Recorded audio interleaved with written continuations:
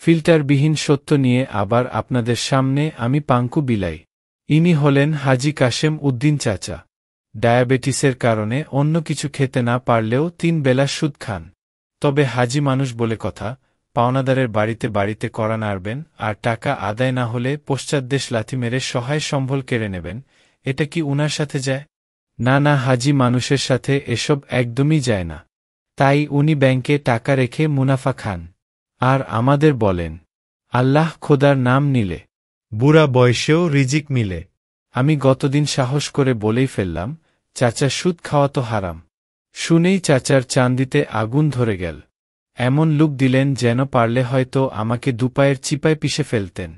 বললেন, শুনো বাবা, সুদ হারাম যাতে তোমাদের মতো জোয়ান মানুষ বসে বসে না খায়। কিন্তু আমার মতো বুড়া মানুষ যারা কাম কাজ করতে পারে না, তাদেরটা আল্লাহ মাফ করবে।